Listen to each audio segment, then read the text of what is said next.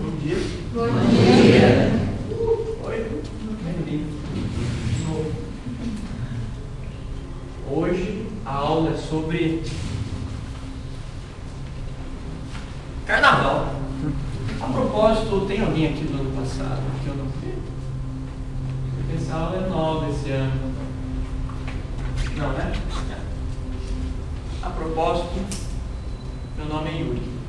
Quem precisar. O Espiritismo e o Carnaval. Vamos lá. O que nós vamos falar? Antes da gente querer falar sobre o Carnaval, para não cairmos num jogo de não vá pro Carnaval, porque o Carnaval é mal, ou vai pro Carnaval, porque você tem que ir pro Carnaval para desestressar.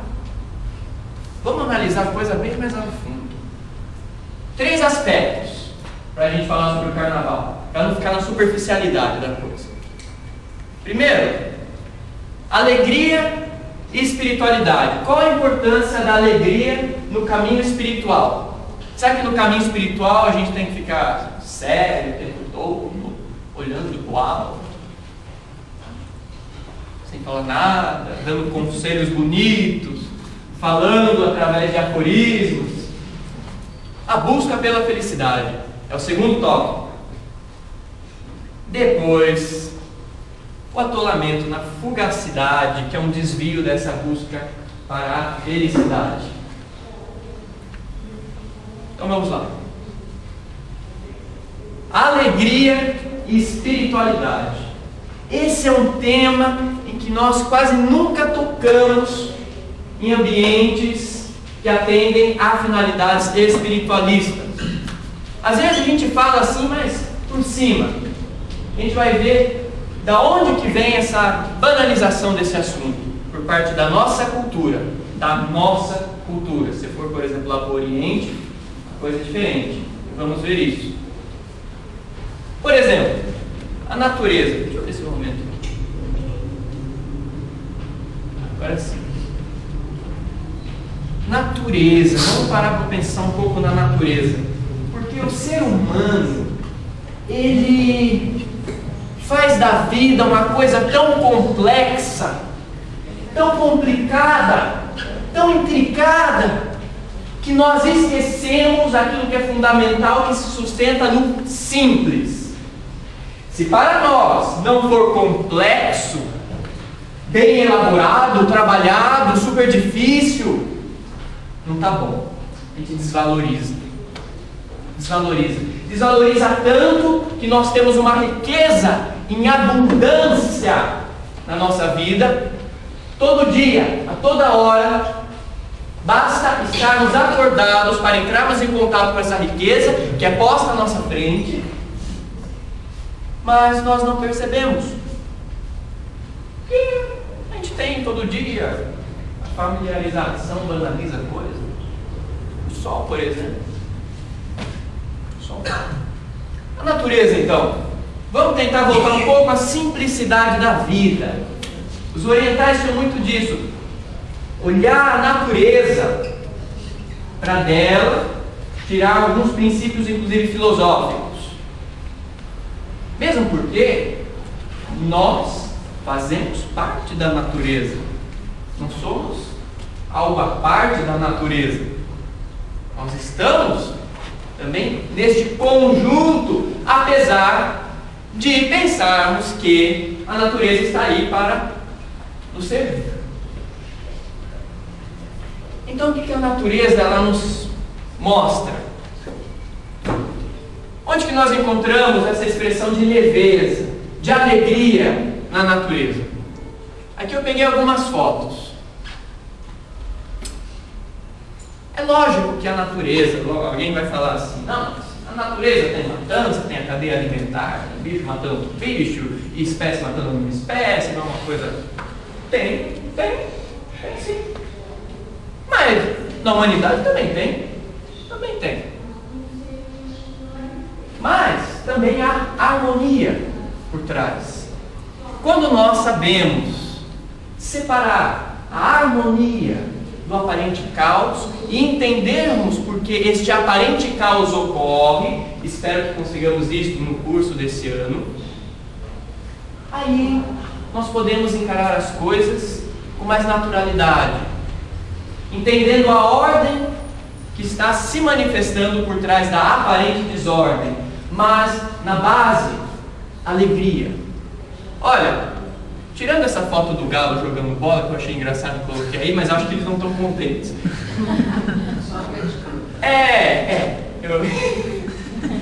Mas veja, vamos pegar, por exemplo, um cachorro. Eu tenho uma cadela labradora, ela é vegetariana por opção. A comida favorita dela é banana. Se você aparece com uma banana ao lado dela,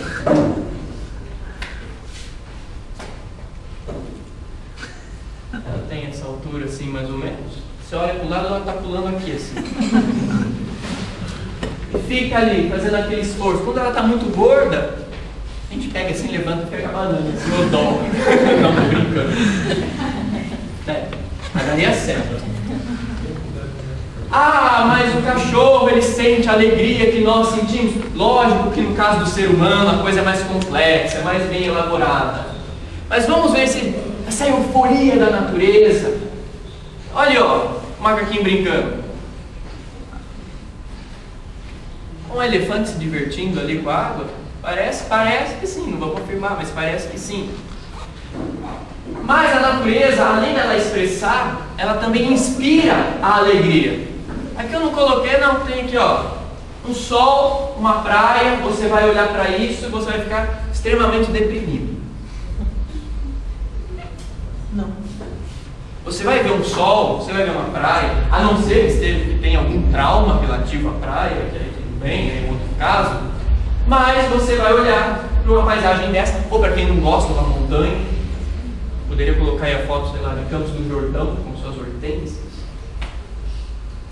Mas nós olhamos para a natureza e a natureza, ela inspira algo de belo, algo em nós que nos faz sentir bem. Nossa, que beleza! Olha as flores, olha esse ipê, a orquídea. Quem é que olha para isso e fica deprimido? A não ser que tenha algum problema, algum trauma. Se bem que é difícil ter trauma de orquídea, mas de qualquer forma, alegria em infância. Poxa vida, por que eu vou falar disso? Porque as crianças, de uma maneira geral, elas trazem consigo, na sua simplicidade, naquela pureza da inocência, muitos valores, inclusive, que nós vamos perdendo quando nós vamos crescendo, porque nós vamos nos tornando cada vez mais rígidos diante da vida. E a criança, naquela espontaneidade, ela consegue manifestar algumas características essenciais para nós levarmos a vida com harmonia. Mas aí vamos crescendo, vamos perdendo tudo aquilo, vamos ficando assim, aquela coisinha chata, armados para com tudo, mesmo porque só vive armado quem não vive amado, e numa sociedade em que o amor está esquecido, é óbvio. Mas a inocência da criança, ela nos ensina muitas coisas, inclusive a alegria. O que é o homem sábio? O sábio, ele é uma síntese do velho com a criança, do conhecimento, da experiência, da sabedoria do velho com a pureza, a inocência, a leveza, a alegria e a harmonia da criança. O homem sábio é essa síntese perfeita. E a natureza nos ensina, através da nossa própria espécie, no seu estado mais simples e inocente, não que nós tenhamos que ser eternas crianças, mas também não podemos olvidar tudo aquilo que nós tínhamos no passado como característica natural. Faz um teste. Lembre-se de você quando criança. Essa criança que você era, estaria orgulhosa de você hoje? na inocência, na pureza, sem pretensão de ser superior a nada, mas naquele jeito tranquilo de observar a vida. Lógico, tem criança que também, nem sempre, mas também é um auto-inquérito muito valioso, não podemos desprezar a infância. Mesmo porque, quando nós estudarmos mais a fundo o processo pelo qual o espírito encarna na matéria, nós vamos descobrir que a criança está muito mais fresquinha do plano espiritual do que a gente que está aqui enrijecido nessa vida. Então, alguns valores são importantes sim da infância. Nós temos que sublimar algumas coisas, mas outras temos também que não esquecer, inclusive a alegria. Vamos falar então um pouco mais da alegria no caminho espiritual.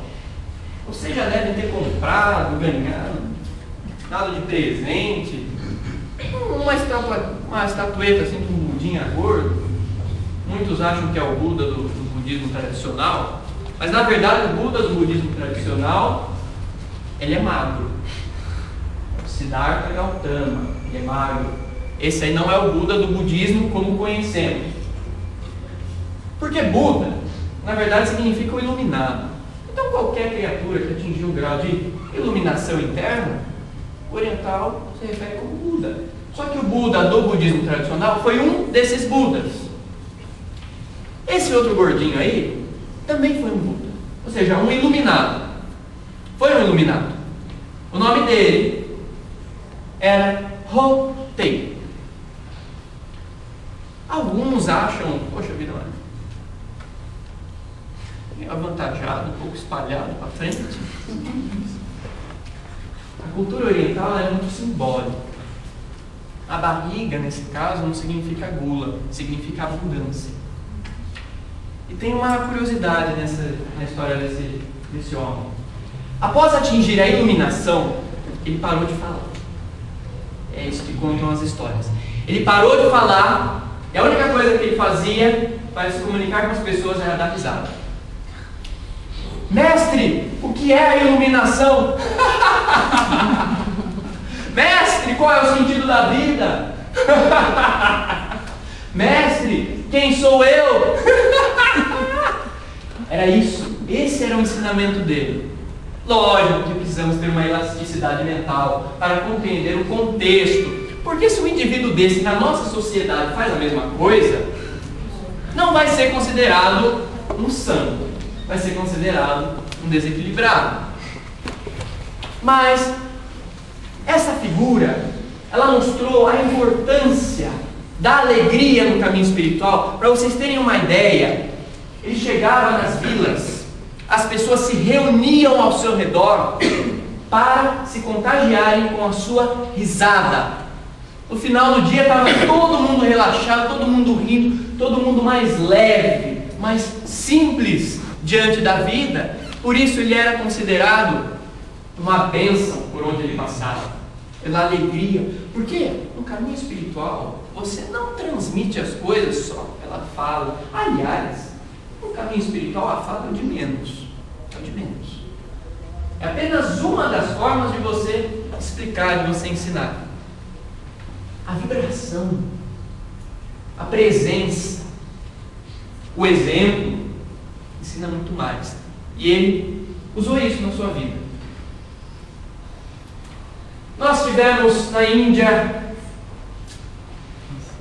Shri Chaitanya Mahaprabhu, conhecido por difundir o movimento Hare Krishna, que uma das suas características era tirar um pouco daquela seriedade das tradições védicas, das tradições brahmanistas, aquela rigidez das filosofias Yoga, Sankhya e etc.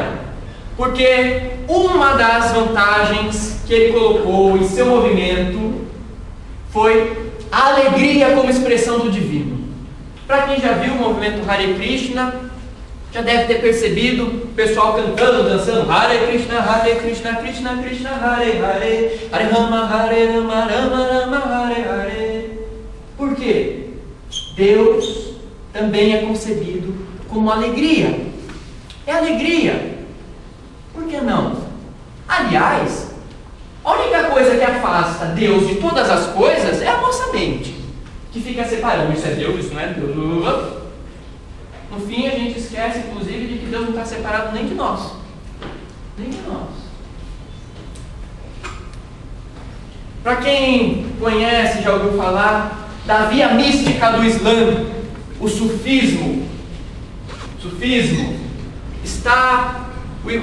está para o Islã, como a Kabbalah está para o judaísmo, aproximadamente. Um dos rituais mais consagrados do sufismo é feito em forma de dança. Eles ficam girando por uma eternidade e entram em êxtase espiritual nessa dança. Ou seja, não é aquela coisa parada que nós estamos acostumados, principalmente em nossa cultura. Mas em nossa cultura também, poxa vida, a música gospel fazendo sucesso aí. Não se espantem, mas quantas vezes eu já não trouxe música gospel aqui para pôr nessa sala de aula? Lógico que eu não vou pôr uma coisa dogmática. Mas por que não pôr uma música que fala de amor, que fala de respeito, que fala de paz? Isso tem um monte de ótima qualidade, por sinal. De ótima qualidade. Outro exemplo. Quem não viu esse sujeito? Se bem que ele está mais magro. Também já coloquei música do Padre Marcelo nessa sala aqui. Mesmo porque o ecumenismo é uma coisa muito importante nos nossos dias. Nós já estamos muito atrasados com essa coisa de desrespeito à crença alheia, de fundamentalismo, de segregação. Não! Amai-vos uns aos outros como eu vos amei. Não é amar se for da minha religião, se for espírita, se for isso, se for aquilo. Não! O amor tem que perpassar tudo. Lógico, estamos numa escola de pensamento. Tudo bem, a gente respeita as outras naquilo que é igual, porque tem muita coisa que é igual, porque a essência é a mesma. Nós vamos respeitar. E olha aí, expressão também de alegria. Você não vai num show desse para ficar triste. Lógico que você chora um monte, que tem aquelas músicas que te emocionam e tal, mas também é uma expressão de alegria. Chico Xavier, poxa vida, estamos aqui no Centro Espírita, vamos falar de Chico Xavier. Poucos sabem desse detalhe, mas um dos primeiros livros que o Chico Xavier psicografou se chamava Humorismo no Além. Muitas pessoas acham que espírito vai psicografar, é sério, não pode falar nada muito engraçado, imagina, que é elevado, é espírito de luz, é isso, é aquilo. Gente, uma amiga nossa, a Célia, que não está aqui hoje, mas provavelmente estará aqui na semana que vem, ela diz uma coisa belíssima. Ela diz o seguinte: para os entendidos da vida, uma das mais elevadas formas de caridade é fazer o outro rir.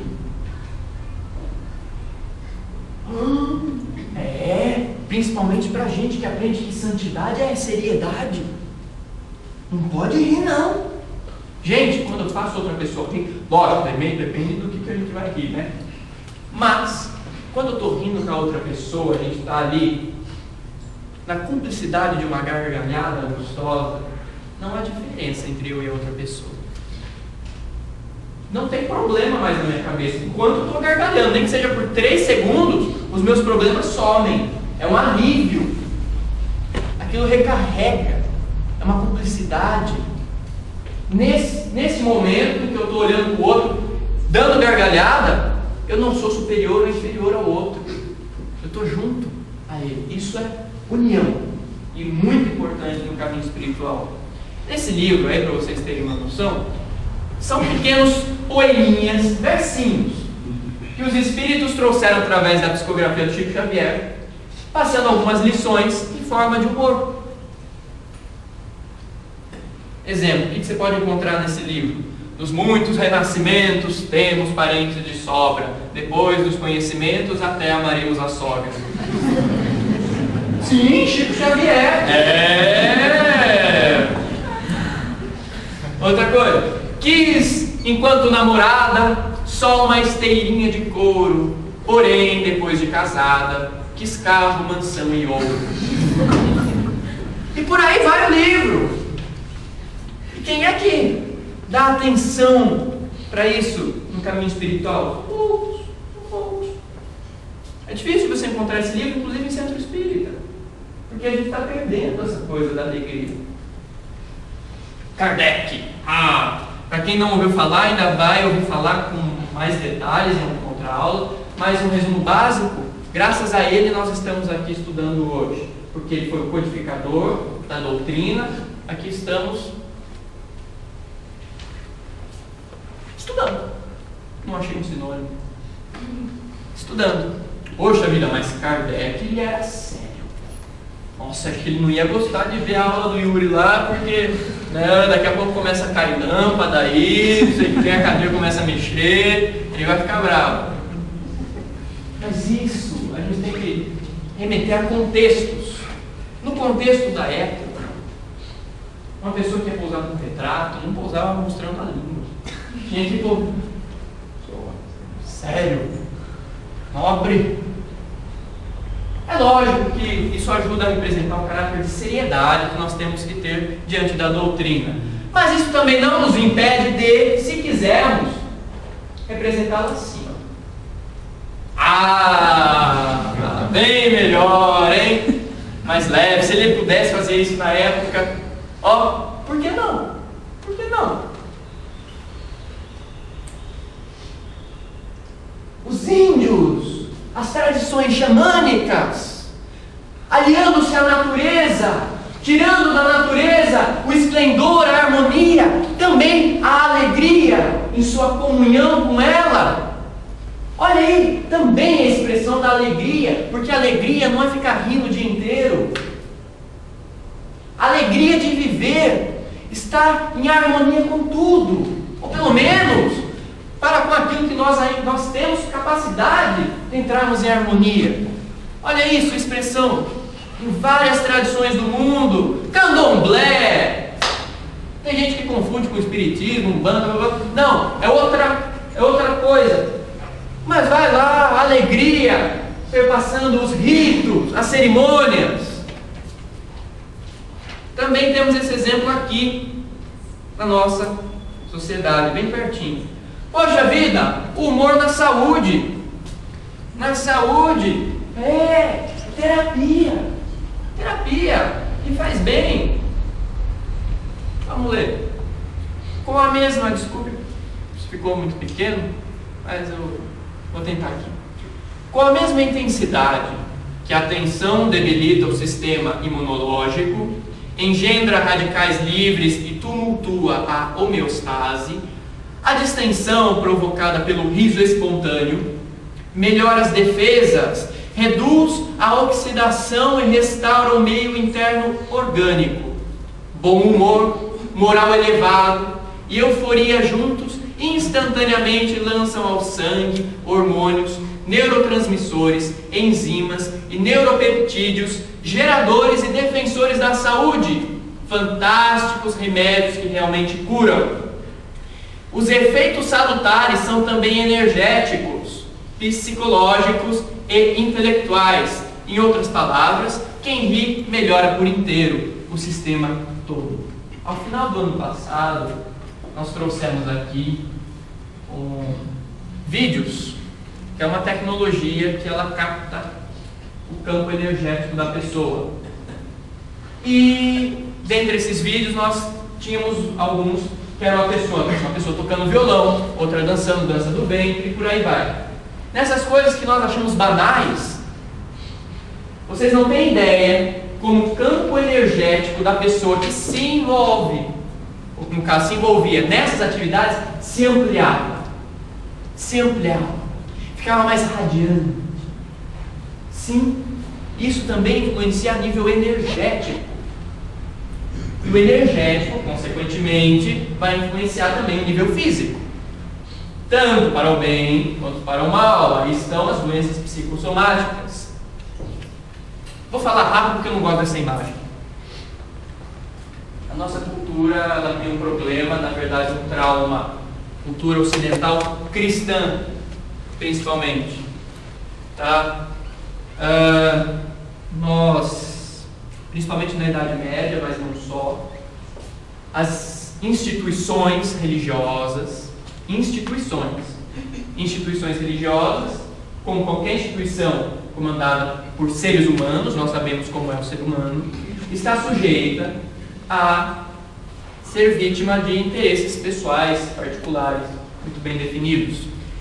E em alguns casos, há a opção por se esquecer o caminho do amor e utilizar o caminho do medo, porque o medo, quando o pessoal é muito ingênuo, você consegue controlar mais facilmente. Você põe medo na criança, por exemplo, ela obedece. Não as crianças de hoje em dia, mas, tá? Então, o medo, ele serve para controlar. O controle é imediato, mas é curto, ele não dura. O amor, às vezes, ele é mais brando, nem todo mundo ouve, mas o seu efeito, ele é prolongado. Então, nessa época, deixa eu falar rápido, não gosto sem imagem. Nós tínhamos um discurso que ainda está cicatrizado na nossa sociedade até hoje. Se você não fizer tudo que Deus quer, você vai para o inferno. Jesus sofreu, nós temos que sofrer para merecermos o céu.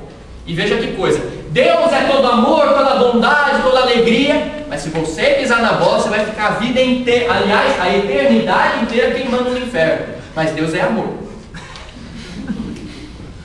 Isso é a didática do medo.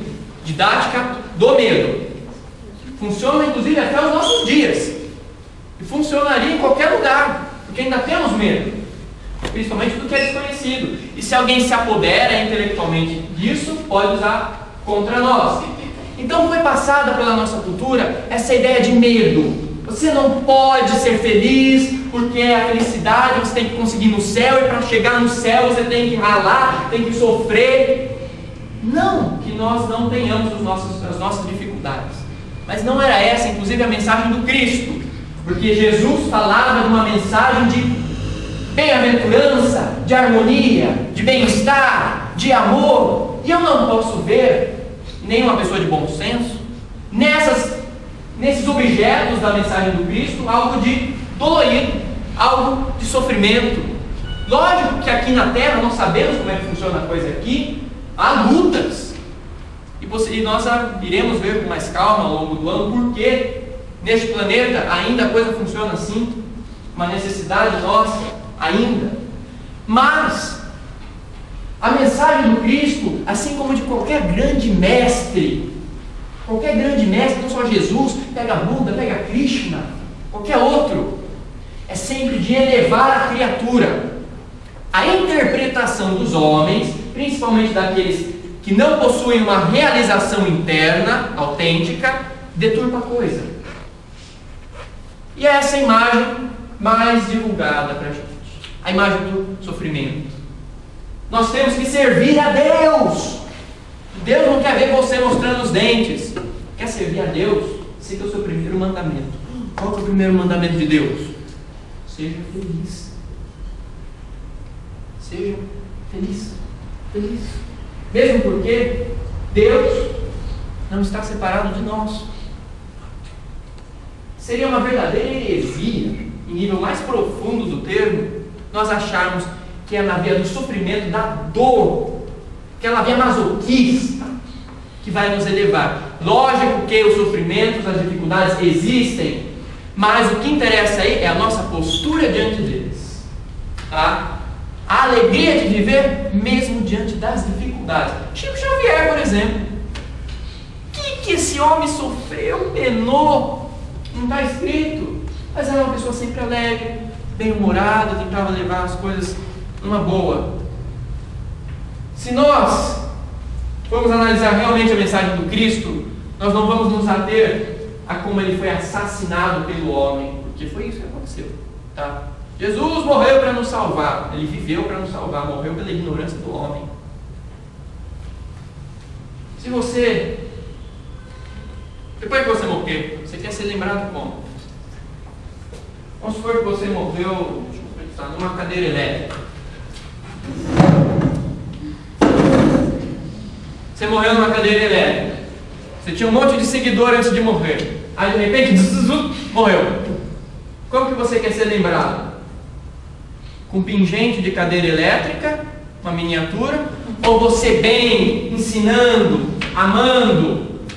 Porque foi isso que você veio fazer aqui? Porque você vê além do sofrimento? Por que a gente não pode ver isso aqui, ó? É difícil da gente achar isso. É difícil, mas eu selecionei várias aqui pra gente. Foi difícil de achar. Que imagem dela? Olha aí. Ah, por que não? Felicidade? Ah, essa aqui ó, é uma coisa assim, bem de vitral, assim, mas ó, uma expressão bonita. Aí ó, mesmo porque é isso que realmente representa o estado interno do Cristo. É isso. Não é o sangue escorrendo, jogando. Isso aqui, ó, ele é manifestação disso. É modelo disso. Porque ele é modelo de amor. E quem ama não anda em trevas, ainda que ande por uma estrada de espinhos. Aí, ó. Será que Jesus ria? Não preciso nem comentar. Que ser humano que não... Olha isso! Que sensação que essa imagem transmite? Olha o esplendor de um espírito dessa estatura. Jesus falava muito disso. O reino dos céus, e a gente ainda continua achando que tem que sofrer. Quanto mais sofrer, mais santo fica, e melhor ou maior a nossa mansão no céu depois. Lógico que, voltamos a falar, a nossa postura diante do sofrimento aqui, nesta vida material, é importante, tá? Não é também para a gente ficar dando risada a vida inteira, né? Porque a vida não é um circo, mas essa história de que eu tenho que sofrer para merecer o céu, primeiro que já tem egoísmo, né? Troca, é barganha, vou sofrer, mas eu quero o céu depois. Mas veja, vamos da base da coisa. Olha para o céu. Para o céu. O que você vai ver no céu? Nuvem. O que mais? Passarinho. O que mais? Avião. Mais alto. Vai. Cristo falando. Urubu mais alto. Sol, estrela, infinito. O que mais? A lua. Vamos pegar a lua. Tá bom, aqui na Terra a gente olha para o céu e a gente vê tudo isso daí. Agora vamos para a lua. Um amigo nosso aqui do curso, que não está mais aqui nesse ano, está em outro curso, o Vladimir, ele falava que o céu é uma questão de perspectiva. Vamos para a lua agora. Vamos para a lua e da lua, ó, estamos todo mundo na lua. Olha para o céu. O que você está vendo? Ó, a Terra. A Terra. Nós já estamos no céu e não sabemos disso. Mesmo porque, olha, nós vivemos imersos num paraíso. Só que nós precisamos nos sintonizarmos com esse paraíso que existe à nossa volta, no aqui e no agora. No aqui e no agora. Aí nós vamos reconhecer que de fato o céu está aqui também. Nós vivemos num paraíso, mas por não entrarmos em sintonia com ele, por nos apegarmos e nos identificarmos com as nossas dores, as nossas dificuldades, as nossas culpas e tudo que é de ruim desse ego, dessa noção de personalidade separada, sofremos. E aí não estamos abertos para toda a beleza que existe ao nosso redor, inclusive em nós mesmos. Mas eu orei o plano espiritual. Sim, o plano espiritual. O céu que Jesus falava, a gente não pode relacionar ao plano espiritual? Tá, vamos supor que sim. Vamos supor que sim. Como que funciona a coisa no plano espiritual? Você acha que você vai sofrer, vai ficar triste, blá blá blá, e na hora que você acordar do outro lado, você vai estar assim numa mansão cheia de anjos, blá blá blá, harpa daqui, harpa dali. Diz inclusive que o camarada, ele morreu, queria muito ir pro céu, aí ele chegou lá, cheio de nuvenzinha, gente tocando harpa, fonte, é aquilo lá, o dia inteiro. O primeiro dia, que maravilha. O segundo dia, harpinha, fonte, nuvem. Terceiro dia, harpinha, fonte, nuvem. Quarto dia, harpinha, fonte, nuvem. Chegou no quinto dia, era a mesma coisa. Vem cá, por favor, irmão. Chamou o anjo ali. Mas viu, no céu é só isso aqui que vocês têm. Não tem mais uma coisinha assim pra gente fazer e tal. Porque o céu, não. O anjo olhou assim: meu filho, você pensa que você está onde? Isso aqui não é o céu, isso aqui é o inferno.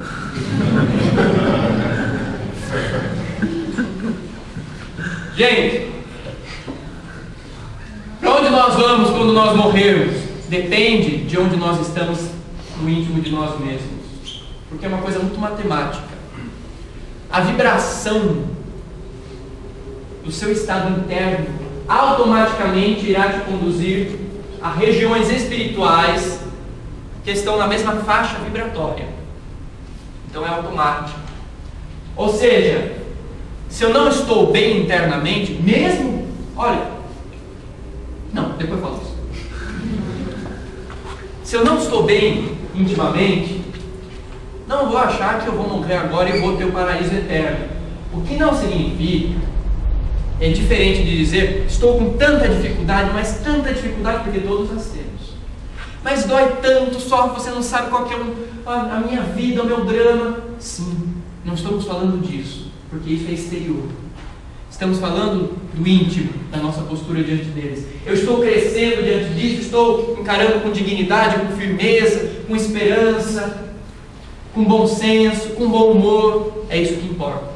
Mesmo se minha vida for um martírio, se eu tivesse esperança, mesmo que doendo, aí sim minha realidade exterior, após a morte, será positiva, porque será uma resultante direta da minha realidade interior, também de esperança, de fé, de luta, sim, de luta, porque todos aqui enfrentamos as nossas. Mas é isso aqui que interessa. O reino dos céus, muito bem. Mas há um outro aspecto disso que entra no segundo tópico da nossa aula, a busca pela felicidade. Ah, o reino dos céus lá em cima. O que Jesus falava? Eis que o reino está dentro de vós. Mesmo porque ele sabia também que se você não tiver o reino dentro, na hora que você morrer, você não vai encontrar reino fora. Porque não vai haver sintonia, não tem como você ir para uma região que não condiz com o seu estado íntimo. Porque são planos sutis de existência. E o sutil dentro de nós é o que vai nos mostrar qual vai ser a realidade sutil fora de nós. Eis que o reino está dentro de vós.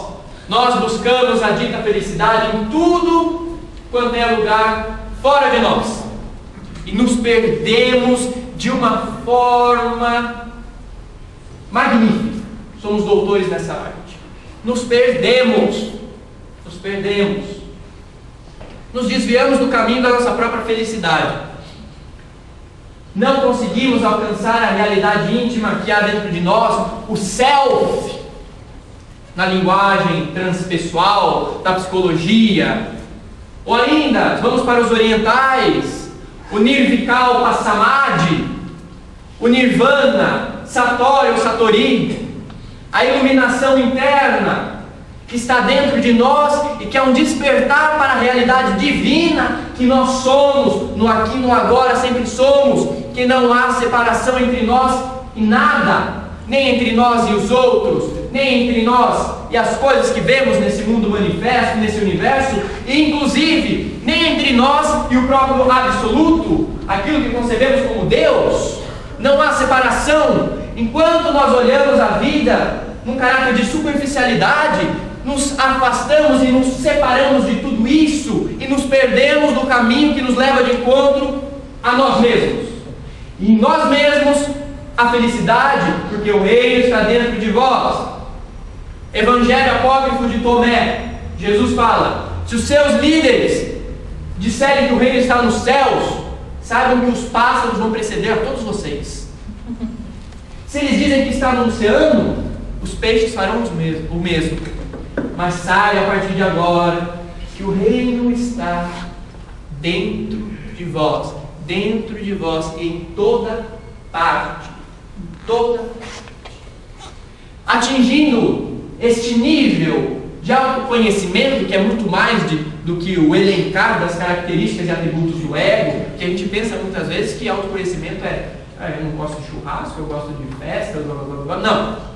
Isso é do ego, personalidade transitória, o fulano de tal que eu acredito ser, mas na verdade que eu não sou, eu sou algo superior, o espírito, a centelha, a mônada, o Atma, Purusha, o nome que for. E é aí, nesta sede do meu ser, nesse fulcro existencial, que vai estar localizada a plenitude da existência. Não está separada, não está apartada, muito menos distante. Está debaixo do nosso nariz. Mas, conforme dissemos, do paraíso que está à nossa volta e não percebemos, a mesma coisa vale para a nossa realidade íntima. E aí então estaria o caminho interior para a nossa própria autorrealização. E essa união com o absoluto, que não está separado de nada, vamos pegar nas diversas tradições. Isaías: eu sou o Senhor e nada mais há que meu ser. Não há qualquer Deus além de mim. Eu sou o primeiro e o último. Vamos para a Bhagavad Gita: eu sou o ser morando em todos os corações. Porque esse Deus interno reside onde? Neste trono. Não no trono em cima das nuvens, mas no trono do coração de cada um, e é manifestado pelo amor. Eu sou o princípio, o meio e o fim de tudo. Corão Sagrado: a consciência de Deus envolve todas as coisas. Ela penetra e inclui todas as coisas e seres. Onde quer que você esteja, ela está com você. Este modelo que nós temos ainda do Deus, do arquétipo antropomórfico, do Deus barbudo com o cajado sentado no trono no alto das nuvens, condenando, julgando, afastado de nós, distante. Não.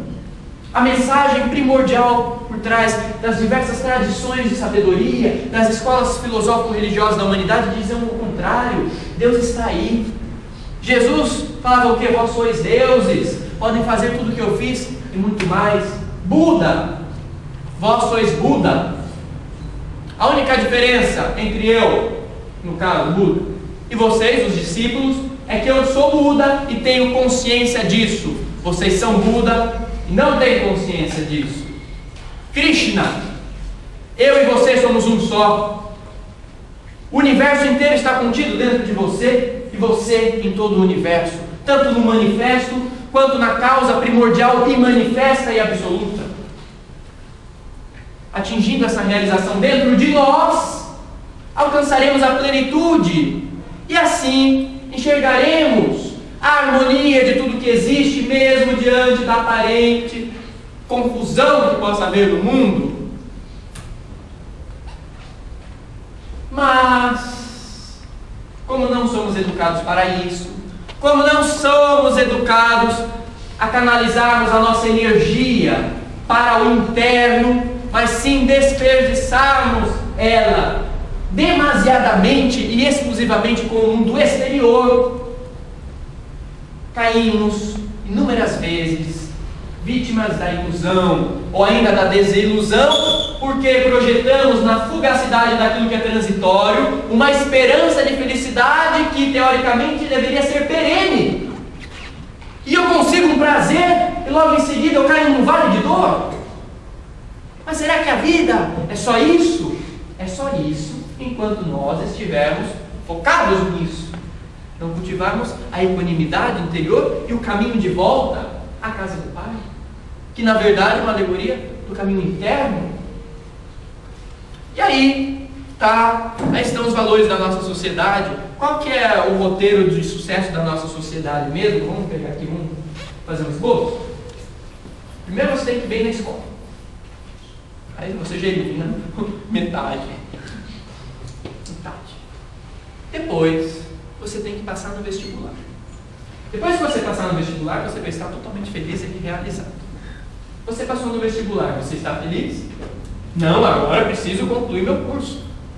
Muito bem, concluiu o seu curso, está feliz? Não, agora eu preciso fazer a especialização. Fez a especialização, está feliz? Não, agora eu preciso conseguir um emprego. Conseguiu um emprego, está feliz? Não, agora eu preciso constituir uma família. Constitui uma família. Está feliz? Não, agora eu preciso de um emprego melhor. E consegue um emprego melhor. Está feliz? Está satisfeito? Não, porque agora eu quero me aposentar. Quando eu me aposentar, eu vou ser feliz, vou poder fazer tudo. Muito bem. O indivíduo, ele se aposenta, depois ele morre. Perdeu a sua vida inteira buscando, projetando a sua felicidade numa meta que nunca vinha ao seu encontro, e quando chegava, está feliz? Estão levando. Tá ruim, mas tá bom. Tá ruim, mas tá bom. Está feliz? Você pode mentir para a sua mente, mas para a consciência não vai dar. E aí, os valores desse mundo. Legal. Sabendo disso, vamos para o carnaval. Finalmente. Se o que está por trás da nossa postura é a harmonia, é a beleza, é o respeito, não precisa nem ser uma coisa divina. Respeito, só isso. Se é isso que está por trás da nossa conduta, o que vai acontecer no carnaval? O carnaval vai ser uma beleza. Vai ser uma beleza. Uma beleza. Tá? Você vai aproveitar, você vai se divertir, vai se distrair, vai liberar imunoglobulina no sangue. Nossa, vai ser uma beleza. Olha isso aí. Vai lá no Carnaval de Maranhão, aquilo tudo, né? Mas agora, se o que está por trás da nossa conduta for o contrário, aquela outra cena que nós falamos, vai ser diferente a coisa. Aqui eu coloquei uma briga no meio do carnaval, mas eu poderia pegar várias cenas que podem acontecer. Tá? Porque qual que é o problema do carnaval? Festa é um problema? Festa não tem problema nenhum. O que interessa é a postura da pessoa diante da festa. O problema maior ainda é quando várias pessoas com uma postura inadequada diante de uma festa se reúnem para compor uma festa um conjunto maior ainda. É óbvio que vai dar errado. Todo lugar vai dar errado? Lógico que não. Lógico que não.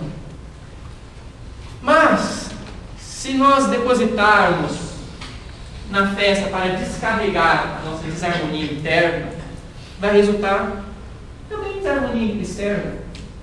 E agora vem o lado espiritual da coisa. Nós sabemos que não vivemos sozinhos nesse mundo, nem tudo que é invisível não existe. Então há influências espirituais, principalmente também quando um grupo de pessoas se aglomera em determinado propósito. Por que não, por exemplo, uma festa? Aí no caso tem uma representação, um desenho, que seria uma entidade espiritual se aproveitando de alguém que tem um desequilíbrio com álcool. Por quê? O sujeito morreu desequilibrado, vai continuar o mesmo homem que foi. Então o que vai ser do interesse dele? Se aproximar daqueles que oferecem sintonia ao campo que ele estagia, daquilo que ele gosta. Então, semelhante atrai semelhante nesse contexto. A pessoa que se envolve em uma situação de desequilíbrio vai também estar atraindo outros seres, encarnados ou não, uma situação semelhante. E aí, há coisas como, por exemplo, vampirização energética, obsessão, que é a influência de um espírito em determinada pessoa de uma forma mais negativa, ainda que sutil. Aqui nós vemos, por exemplo, na bebida, temos aqui, por exemplo, no tabagismo. Ah, mas quer dizer então que eu não posso beber? Não, equilíbrio, bom senso. Nossa, mas que cara feio esse desencarnado aí do lado, né? Pô, tem que ser feio assim. É porque o nosso pensamento, ele tem o poder de influenciar sobre os nossos corpos. O material, ainda que de forma mais... ainda que ele seja mais denso, e nós influenciamos o corpo material com o nosso pensamento. Consigo manipular o meu corpo material com o pensamento? De uma forma mais sutil, mais a longo prazo, às vezes imperceptível, mas fazemos isso constantemente. Agora, o corpo espiritual, por exemplo, aquele espírito, que vamos ver depois com mais calma, como ele é de uma natureza mais sutil, e o pensamento também é sutil, como o pensamento você consegue influenciar ele, moldar ele de uma forma mais fácil. Então, por exemplo, um espírito mais evoluído, com um conhecimento maior, ele consegue, inclusive, se apresentar da forma que ele quer se apresentar. Olha que beleza. Todo mundo agora, quando desencarnar, já sabe o que vai ser, né? E da mesma forma que nós influenciamos para o bem, aqueles pensamentos cristalizados na desarmonia também acabam influenciando o nosso corpo. Encarnado vai gerar doença. Desencarnado, nós vamos ficar um caco também. Então, por isso que tem essa representação. E aí nós abrimos brechas para algumas influências espirituais menos felizes. Pô, quer dizer então que eu não vou no carnaval porque o espírito que está lá vai me pegar? Não tem nada disso. Está feliz, está com respeito, está com equilíbrio, o ambiente é legal, bacana, vai. Mas só veja a sua postura ali, que é o que interessa. É só isso. Para não cair vítima de influências. E às vezes por essas influências serem sutis, aí está o perigo. Porque a pior influência não é daquele médium ostensivo que vê o espírito assustando ele do lado aqui. A pior influência é aquela que a pessoa não percebe. Não percebe. Ela acha que o problema é dela mesma, que aquilo lá é normal. Essa é a pior influência. Mas também tem como nos protegermos numa situação como essa. Nossa postura diante de uma situação parecida. Mesmo porque estamos na Terra, não tem como evitarmos irmos para lugares desequilibrados espiritualmente. Vou ficar a vida inteira dentro de casa. Não dá. Então, a nossa postura, o nosso pensamento, a nossa consciência, o nosso amor, nossa postura mental, é o que vai nos proteger. É isso que interessa. E também não adianta se revoltar contra a coisa. Ai meu Deus, que festa, nossa, eu sou santo, eu vou ficar aqui, porque esses pecadores que ficam aí dançando, esses depravados que não tem mais nada o que fazer, pronto, já abri brecha, agora que eu vou ser influenciado mesmo. Mesmo porque quando o indivíduo ainda não atingiu um grau de elevação interno, ele tenta aparentar ser elevado, que é muito diferente de ser elevado, porque quem é elevado não precisa mostrar nada. Às vezes, é até bom que não mostre, porque aí se iguala todo mundo que está à sua volta e pode ajudar ainda mais. Mas é isso. Uma vez,